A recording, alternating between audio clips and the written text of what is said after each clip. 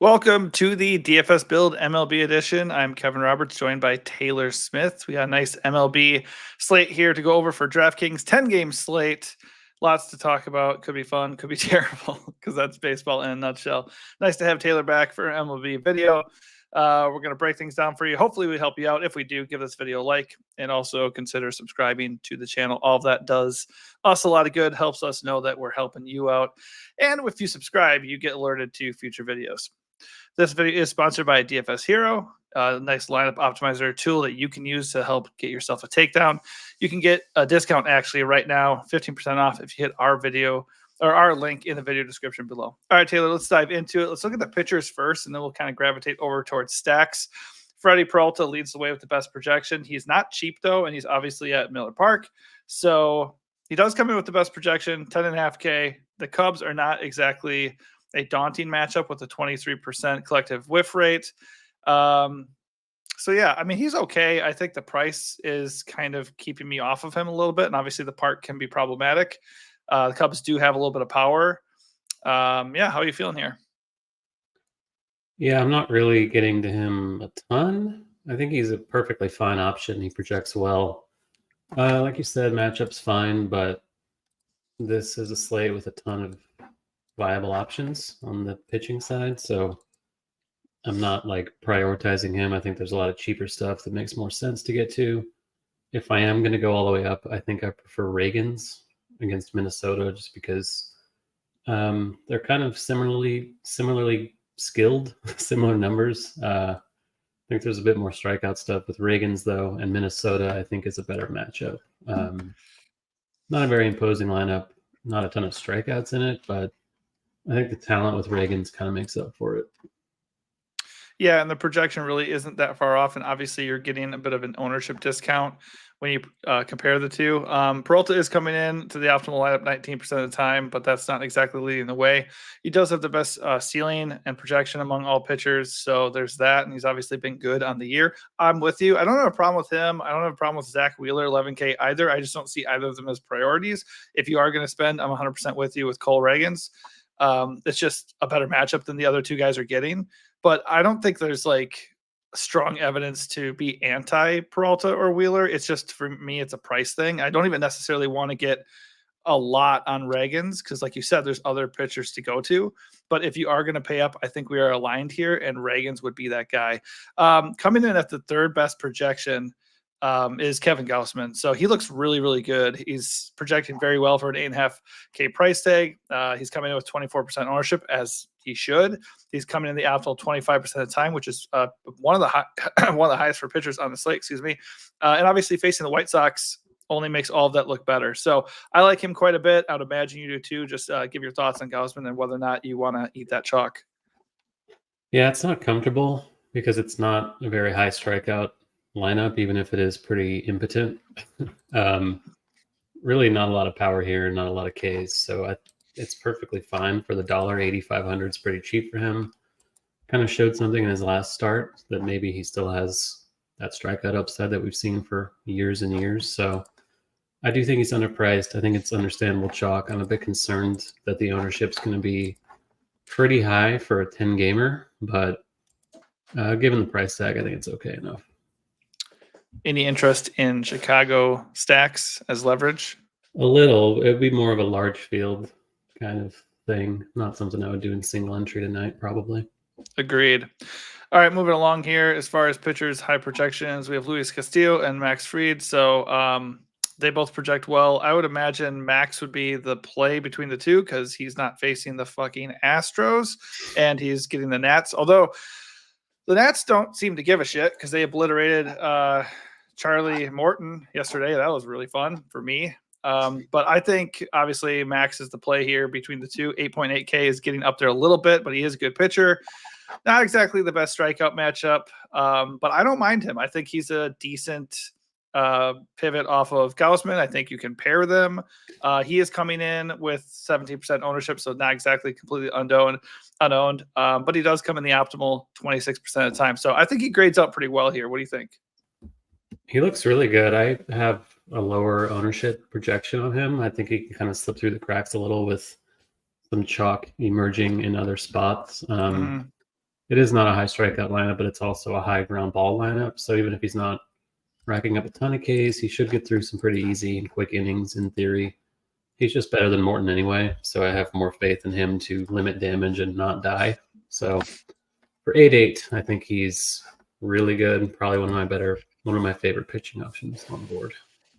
Yeah, he does not really walk people, and he doesn't give up a lot of power. So against the Nats, you're not really banking on strikeouts, anyways.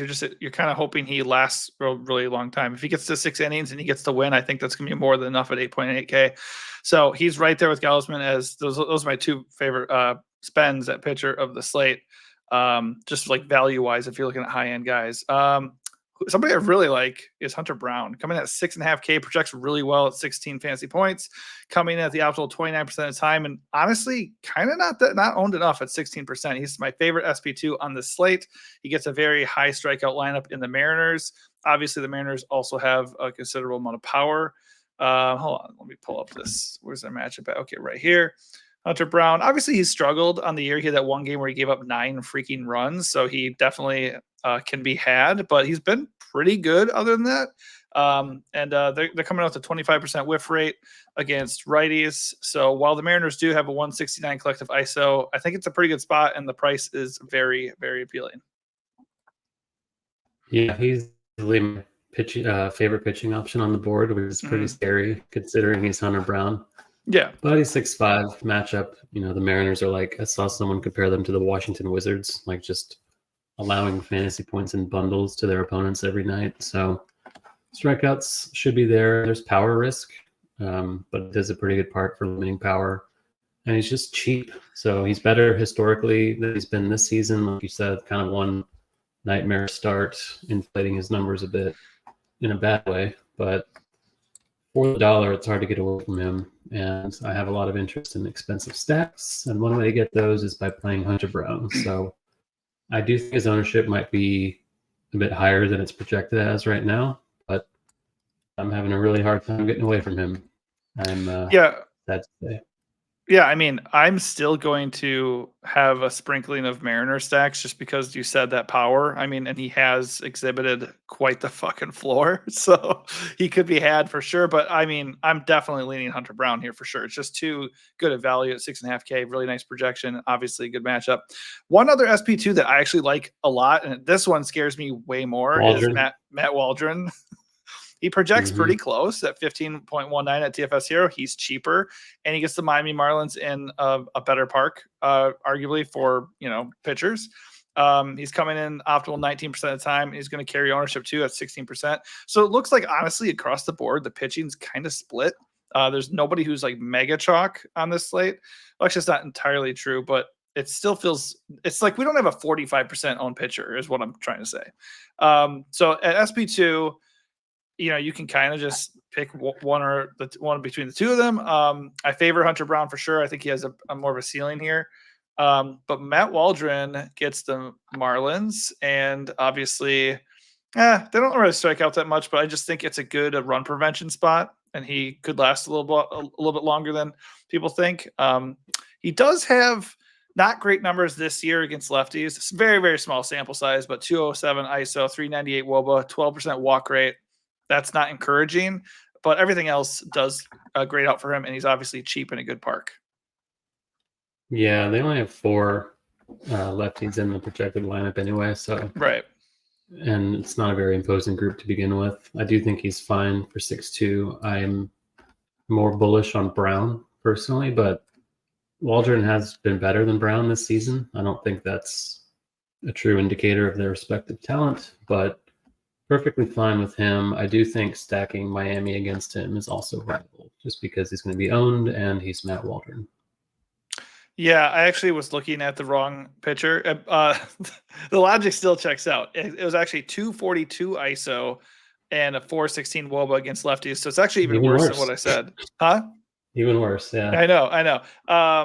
But I was looking at the Padres, who don't strike out freaking at all, and the Marlins do come in with a collective 22% whiff rate against righties, so that is a lot better than what I was looking at a second ago. So I'm definitely with you. I think this is definitely a slate where even though some of these guys look really, really good, it's a definite play both sides a little bit.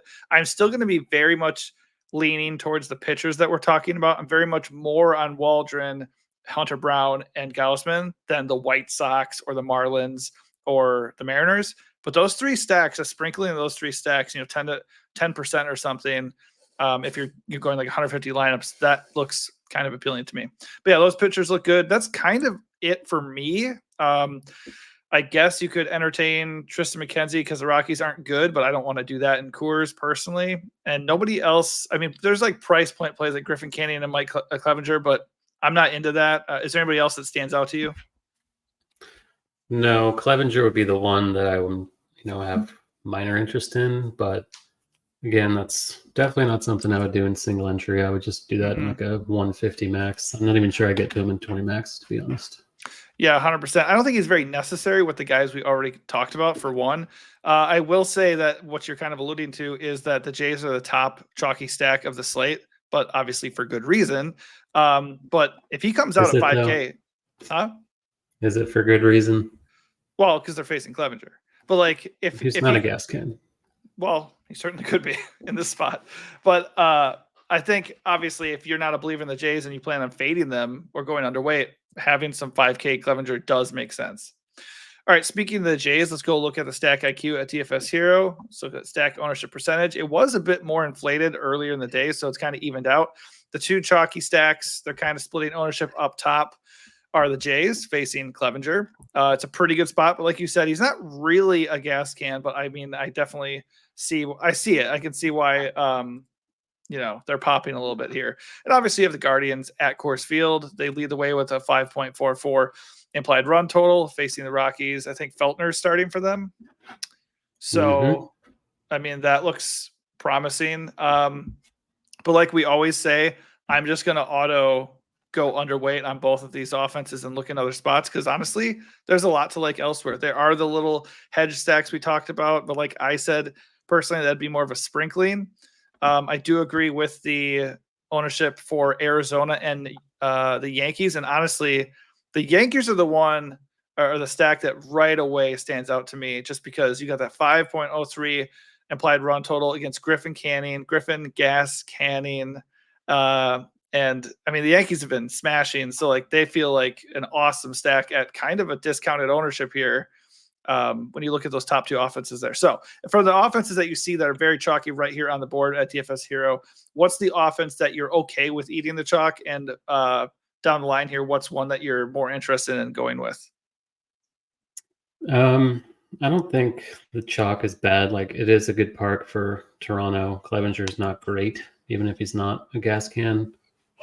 And the salaries are pretty reasonable, I think. But the New York thing is interesting too, just because everything I see says that they're not going to be popular. I just have a hard time imagining they won't be.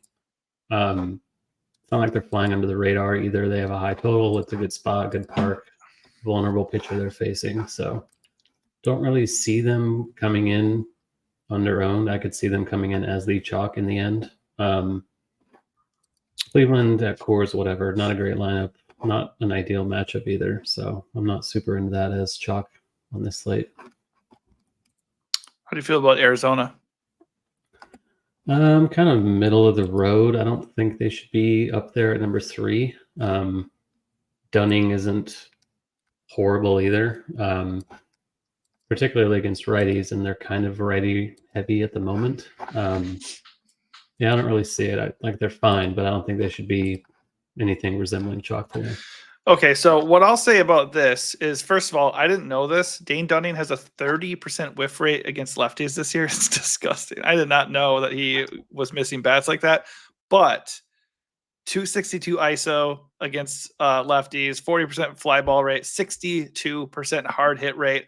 I don't think that's very good going up against Arizona, who obviously has a decent amount of power, and they aren't like a major strikeout team. So obviously we know Corbin Carroll just hasn't been that dude on the year due to health concerns, but they got a lot of lefties to throw at Dunning. So I'd say first off, I just don't like that they're the third highest owned offense, at least projected wise. So that kind of gets me away from them. And I do fear that strikeout rate a little bit with Dunning, and also just he's kind of been a tough customer like the first 2 rounds when he faces batters. So I can see the merit a little bit, but I'm with you. I don't really like it that much if they're going to be that owned. So as far as chalky stacks go, the Yankees are where it starts for me. I totally see your logic that because that park has been awesome for hitting lately, and it's Griffin Canning and it's the Yankees could actually creep up a bit and be a problem as far as ownership is concerned. However, though, they do remain very expensive. So maybe it just kind of gets held in check. And if they're the 3rd or 4th team as far as ownership goes, that might not be a problem for us. But as we go down the line here, the Rockies are the next one that stand out just because they are still in Coors and they're getting completely overlooked. And by the way, Tristan McKenzie is not some stud that we need to worry about. At least like this year, he's had issues. So let me click on the Coors game here. I mean, against lefties, 15% K rate, 229 ISO, almost a 12% walk rate, 34% fly ball rate, 50% hard hit rate. So they got what, 3? Well, they only got 3 lefties to throw at him, but I mean, I like the Rockies quite a bit, especially at this ownership. Yeah, I have no qualms with that. It's Coors, and the Rockies typically go overlooked even in Coors just because they're bad. But any bad team can go off any day, as we That's know. true. So I think that's fine. I'm surprised Seattle's that high. Like, I guess Brown hasn't been good and people want to play against him, but I thought they would be more of a leverage stack, lower ownership, with Brown possibly being popular. So if Seattle's going to be that popular, that makes me like Brown even more. Right. Same. Atlanta and KC look fantastic to me. Obviously, Atlanta lost Acuna, which may be an upgrade for them. Yeah, he's been dog shit. So They got Austin Riley and Sean Murphy both back. The lineup is cheaper on aggregate too. Obviously, without Acuna, you got Duvall in there, Kelnick. I mentioned Murphy being a bit underpriced against Jake Irvin. They look outstanding to me. They look comparable to the Yanks, and they're not going to be nearly as owned, I don't think. So I think that's pretty interesting. And then Casey, I mentioned against Simeon Woods Richardson. They have a low total. It's under 4, which I've been looking at all day and thought that's very odd because Kansas City's good, talented offense. Woods Richardson's kind of just a guy. It is coolish in that game in like the low 60s, but I still don't really see why the total is so low. I think the ownership's not going to be there on them at all. And obviously this lineup is talented with slate breaking upside. So Kansas City is one that stands out a lot to me today. Yeah, I also liked the Royals a lot when I first looked at it. Obviously, the Braves I'd be more leaning to just because anytime you can get a stud offense at low ownership, it's pretty interesting. Obviously, 5.31 implied run total. They're just going to be overlooked here. And the fact that Acuna isn't there anymore, that is going to make people a little bit less likely to go stack them up. Even though, like you said, he hasn't even been playing well this year. He has not been helping those stacks outside of getting like a stolen base when he gets on there. But in a very real way, that might actually be a good thing. And like you said, also, they have value bats now that we can attack with Acuna out. So I really, really like the Braves. The Royals implied run total is a little bit something that gives me cause for pause, as we like to say. And Simeon Woods Richardson, not like, really good or anything, but he's also not giving up a lot of power, and he doesn't walk anybody. So the upside here is that he doesn't strike people out, and they only have a 20% whiff rate. And he does give some fly balls in hard contact. So that's a problem against the Royals, who have a 180 collective ISO. So I'm with you as far as the logic is, like, if they're going to be completely overlooked, 4% owned as a stack, yeah, the Royals are very, very talented and have good power. So I like them, but I also could totally see this dude just surviving another game. That's what he does. He's just been surviving. It's like he's Bartolo Colon out there, just surviving games. But yeah. All right. So, I mean, there's other teams that look a little bit interesting when you got a team as potent as the Rangers at with a 4.2 implied run total, basically being unowned. The Brewers coming in with a 4.24 implied run total and basically being unknown. I mean, the Brewers at home against Ben Brown. I'm sorry, that looks pretty good to me. I like that a little bit. As far as the Rangers go, let's see, they're facing Brendan Pfaadt. their lefties look pretty good here. His strikeout rate dips by 6% against lefties, 167 ISO against lefties, 53.8% hard hit rate. And last year it was even worse. So the Rangers are good. So like if they're going to be overlooked here, the Rangers also look appealing to me. Yeah, I'm not like mega into them. I think Miami is a team I'd rather get to just for the kind of leverage angle on Waldron, and they're cheap, which is helpful if you want to go like double barrel pricey pitching. I think Miami makes sense. We didn't really talk about Coors, but I'm not dying to get to Cleveland. They're a good stack against Feltner. Is pretty average in every regard. And then another kind of cheaper stack I don't mind is the Angels at home against Nestor. They've been really good against lefties, pretty small samples this season, but the lineup has almost a 200 ISO with a 367 WOBA. Again, like pretty small samples across the board, but it is a good park. They're affordable. Only a couple guys over 4K, so I don't think the Angels are the worst kind of YOLO flyer stack either. I always like the Halos for power, that's for sure. How is he coming in, Cortez? How's he coming in for ownership? Not a lot, so you're not really getting that. He's 9.5 and projects okay, but the slate's pretty crowded at the top, so I don't think anyone's really going to be playing him either. All right, let's look at the bottom teams here before we wrap this up. Phillies stand out a little bit when you just look at implied run total. Who are they facing tonight? Let's see. Spencer Howard and an opener. Okay, so kind of a bullpen game here.